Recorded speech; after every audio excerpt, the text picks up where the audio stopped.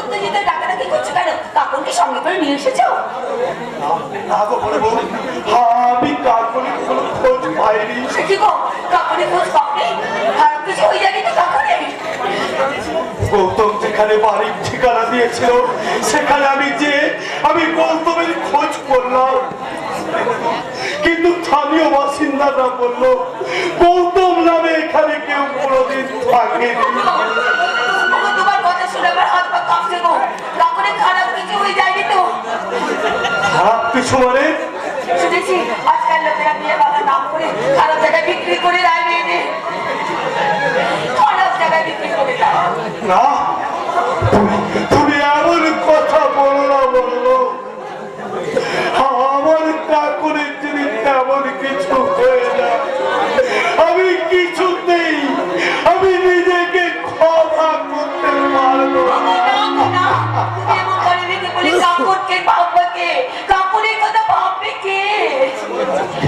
ঠিকই বলেছো বলবো। এখন এটা কান্নার সময় নয়।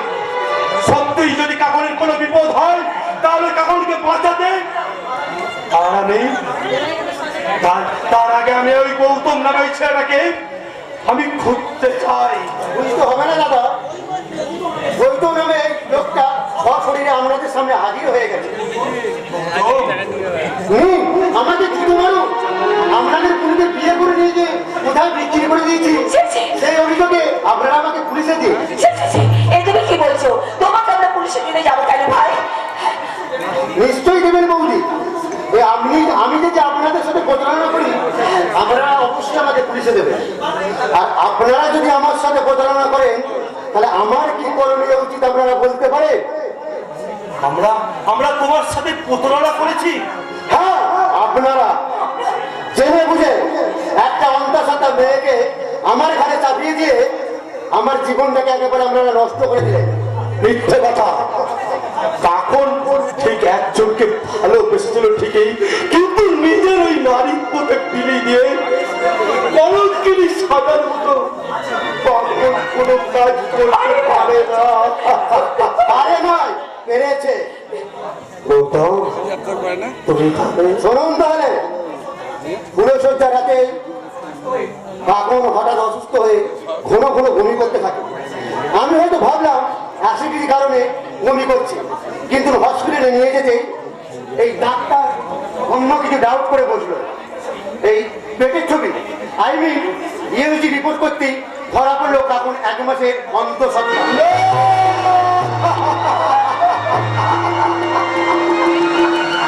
এই দেখুন তার রিপোর্ট।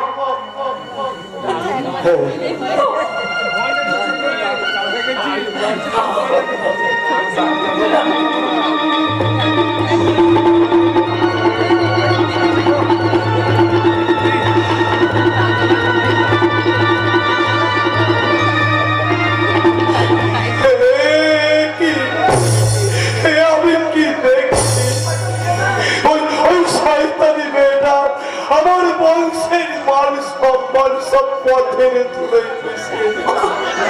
সামনে ফেলে ওই হতভাগীটাকে আমি গোলাপ দিবে। তুমি এবার উত্তেজিত হও না। ডাক্তারের রিপোর্ট সবসময় সমান হয় না। আমরা নতুন করে রিপোর্ট তৈরি করবো। যদি এই রিপোর্টের সঙ্গে মিশে যায় তখন কি হবে বড়বউ তুমি বলতে পারো? বিষটাকে যতই ঘাটবে বিষটা ততই দুর্গন্ধ ছড়াবে। তাই তোমার কাছে আমি হাত জোড় করে বলছি গৌতম ভাই, কাকনের ওই পাপের পাপটাকে নষ্ট করে দিয়ে তুমি সরল বলে মেনে নাও।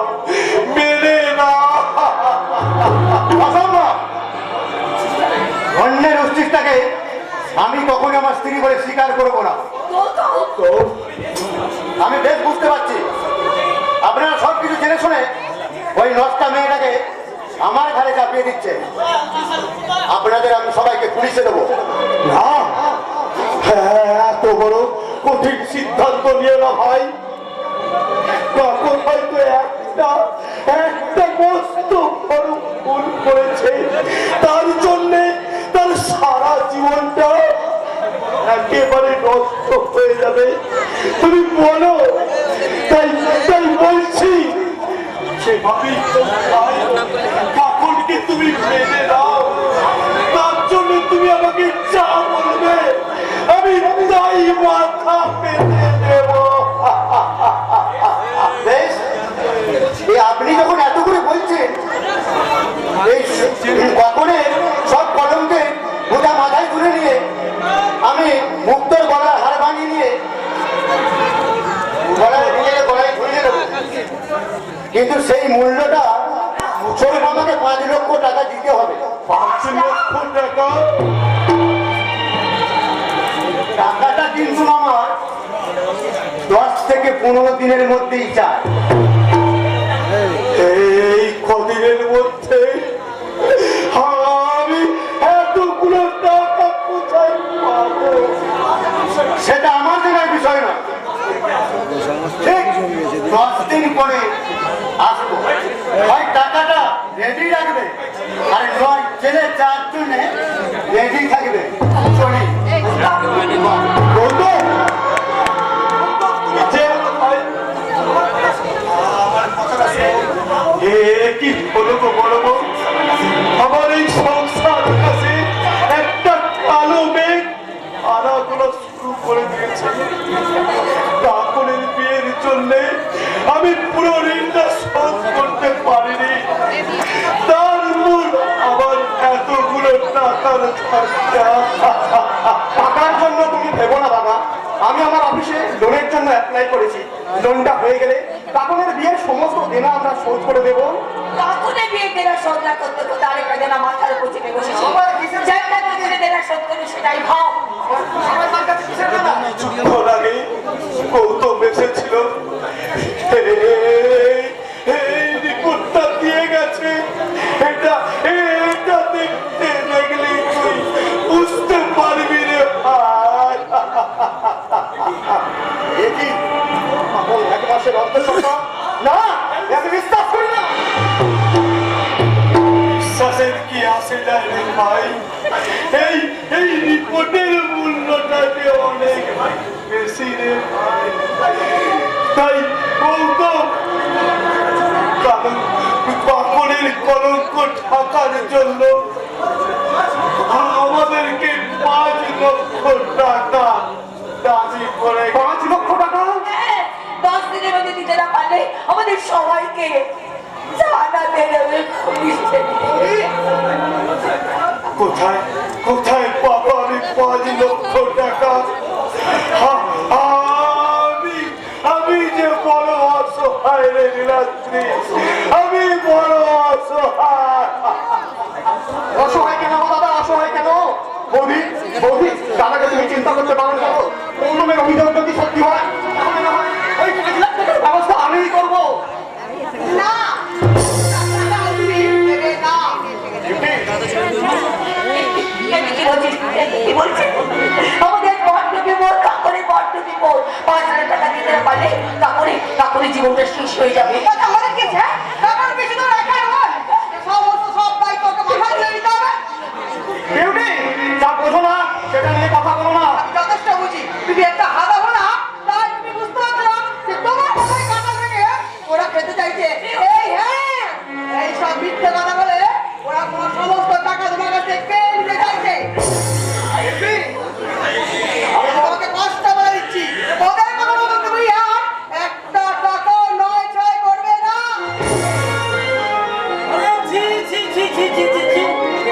এসব তুই কি বলছিস রে বা? নীলাদ্রি বাবাজি যদি সংসারের জন্য একটু আধটু অপযোগ করেই থাকে, সেটাকে তুই 9-6 বলে বাবাজির মনে কষ্ট দিবি? বাবা, এটাতে তুই কি এক করিবি না? আমার নাম বাঁকা বাগলি, আমি বাঁকা পথে চলি, কিন্তু সোজা কথা বলি। আর আমার মেয়ে হয়ে তুই কিনা বাঁকা পথে চলতে শুরু করেছিস? না না, তুই এটা তো ঠিক করলে। আপনার কিছু বুঝিয়ে বললো না, আজ আমাদের সংসারে মহা বিপদ। সবাই মিলে মোকাবিলা না করতে পারলে আমার সোনার সংসার হয়ে যাবে। না বলি না, দাদার নিজে হাতে গড়া এই সংসারটাকে কিছুতেই শ্মশান হতে দেবো না। আমি আমার সবটুকু সামর্থ্য দিয়ে এই সংসারটাকে আবার করে তুলবো যে স্বর্গ স্বর্গ। এই সংসারটাকে তুমি স্বর্গ করতে গিয়ে আমাদেরকে তুমি নরকের উপর পাঠাতে পারো না। তাই আমি তোমাকে বলছি তুমি এই 5 লাখ টাকা দেবে না। আর বাদ দেবে? আজ কেন বাবাজির ইচ্ছে হলে 10 লাখ দেবে। আর এ ব্যাপারে তুই যদি ব্যাকরা করেছিস না, আমি তোর সঙ্গে সব সম্পর্ক ছিন্ন করে দিয়ে এখান থেকে আমি চলে যাবো। হ্যাঁ, এত অস্থির হচ্ছিস কেন রে মা? দেখ না নীলাদ্রি বাবাজি কি করে। বাবাজি তোর ওই টাকা দিয়ে জুয়া খেলছে না? হ্যাঁ মা, যা বলছিলাম কয়েকদিন আগে তুই বলছিলি না ওদের ওই বড় রাস্তার ধারে জমি কিনে একটা মস্ত বড় বাড়ি বানাবে। এই নীলাদ্রিটা কি সেটা তোর নামে কিনে দেবে বলেছে? আমার জমির খোঁজ আমি এনেছি মা। ও বাবা, আমি আবার কখন তোমাকে জমি কেনার কথা বললাম শুনে? এইটা বড্ড ভুলো মন্তর। সকালের কথা বিকালে তোর মনে থাকে না। এই শয়তানি, যা বলবো তাল মিলিয়ে যা। দেখ না ব্যাপারটা আমি কেমন তাল গোল পাকিয়ে দিই। বিউটি আপনাকে জমি কেনার কথা বলেছে? হ্যাঁ, আমি বলেছি। জানো তো আমাদের তো অনেক জিনিস সব ওই বড় রাস্তা ধারে একটা ইয়া বড় মস্ত বড় বাড়ি হবে। সে বাড়ি পরে হবে কোন, আগে জমিটা তো কিনে নে। অসম্ভব, জমি কেনার কোনো পরিকল্পনাই এখন আমার নেই। নেই, কিন্তু পরিকল্পনাটা করে ফেলো বাবাজি। 5 কিসিমের জমি ওই কাছের দোকানের পাশে বাবাজি, মাত্র 5 লক্ষ টাকা দাম। জমিটা তুমি আমার মেয়ের নামে কিনে দাও বাবাজি। আরে বাড়ি যখন হবে তখন হবে, আগে জমিটা তো কিনে নাও। আপনার কি মাথা খারাপ হয়ে গেছে? এই মুহূর্তে এতগুলো টাকা আমি কোথায় পাবো? দেখি বাবাজি, অলিকে সুখী করতে তুমি 5 লক্ষ বার করতে পারবে, আরে বউকে সুখী করতে 5 লক্ষ টাকা কেন বার করতে পারবে না বাবা? কি বললেন? হ্যাঁ, তুমি যদি তোমার বোনকে 5 লাখ টাকা দাও তাহলে ওই 5 লাখ টাকা দিয়ে আমাকে জমি কিনে দেবে। বিউটি, কাকুরের যে এখন জীবন মরণের সমস্যা। যে মেয়ে পেটে বাচ্চা নিয়ে বিয়ে দিতে বসে তার তো মরে যাওয়াই ভালো। তাহলে তো তোমারই আগে মরা উচিত ছিল। তুমিও তো অন্তঃসত্ত্বা হয়ে বিয়ের পিড়িতে বসেছিলে বিউটি। কোন হারামজাদা হারামজাদি বলে, হ্যাঁ? আমি পেটে বাচ্চা নিয়ে বিয়েতে বসেছিলাম, হ্যাঁ? এই মুখপুরি দিলি তো সব ফাঁস করে। কি হলো? চুপ করে গেলে কেন? সেদিন কি সত্যি সত্যি তুমি অন্তঃসত্ত্বা ছিলে নাকি মিথ্যা করে?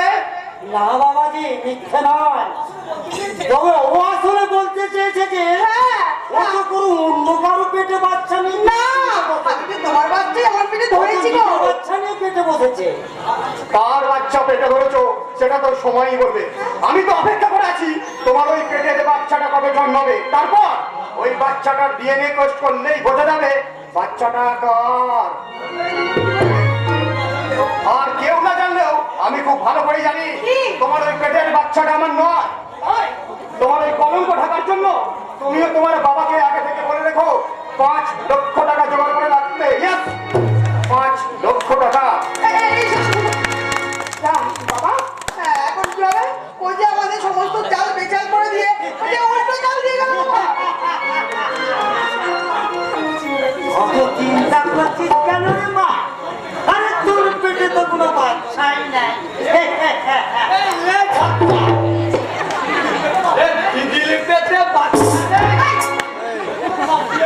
তাহলে তোমরা ধপ দিয়ে বিয়ে দিয়েছো? আরে বাবা, এই এই হারামজাদা, কিছু মহৎ কাজ করতে গিয়ে অমন একটু একটু মিথ্যে কথা বলবে না। তাই বলে এত বড় মিথ্যে কথা? এই, তুই থামবি? একে তো আমার ভয় না, আর কোথাও ঠান্ডা হয়েছে। তাহলে বাবা, কাঁচার ওপর কাঁচা, কাঁচার ওপর কাঁচা, মেরেই চলে। হ্যাঁ,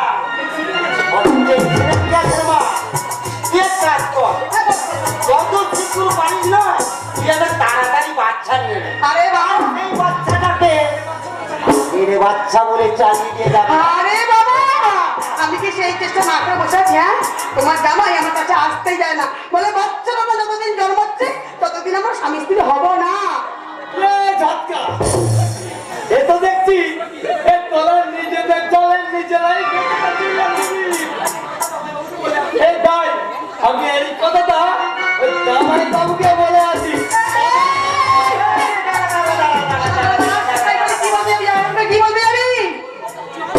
বলবো জামাই বাবু এ দিদির বেল খালি, দিদিতে কোনো বার্তাই অত ভাগা তুই এই কথা তোর জামাই বাবু শুনে কি করবে জানিস? জানিস তো? কি জানিস তুই? এই দিদির এই চুলের মুঠি ধরে দুল দুল করে যে লাঠি আছে বাইরে বের করে দেবে। আর এও জানি কি জানিস তুই? এই দিদি আমাকে জামাই বাবুর কাজ পর্যন্ত যেতেই দেবে না, তার আগে দিদি আমার মুখটাকে বন্ধ করে দেবে। বাবা, তুমি তোমার দিদি বাবা, তুমি তোমার ছেলেকে বোকা বলো? একটা আস্তা শয়তান। ঝটকা এই আমলা গাছে আমরা ফলবে না তো কি আম ফলবে? আম আচ্ছা, তুই আর এই মুখটা বন্ধ করার জন্য তোর কি চাই আমি একবার শুনি। এমন কিছু নয় না দিদি, তোমাকে একটা এত বড় মোবাইল ফোন কিনে দিতে হবে আমাকে। Mobile phone? দাদা, মোবাইল ফোন নিয়ে তুই কি করবি? কেন এই ছেলেতে ছেলে মেয়েগুলো বাচ্চারা চাইনা করছে বলে যা যা করছে আমি তাই তাই করবো। এই গান শুনবো, এই ফেসবুক শুনবো, আর তারপরে ওই ফ্রি ফায়ার না কি বলে সেই গেম খেলবো। কিন্তু তুই বোকা শোকা ছেলে মোবাইল চালানো শিখবি কি করে? টুল বাবা বোকা তুমি, মোবাইল চালানো শিখতে হয় না গো বাবা। বলো এই মোবাইল আমাদের থাম কিন্তু শিখিয়ে নেয়। আরে তাই নাকি রে?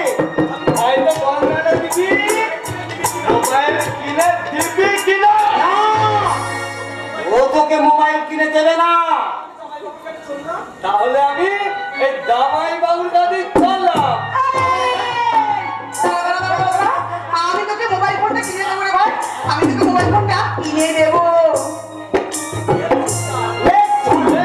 ছক্কা জানি দিদি, বল, এই ফোন নিয়ে আমি কি করবো? কি বলবি?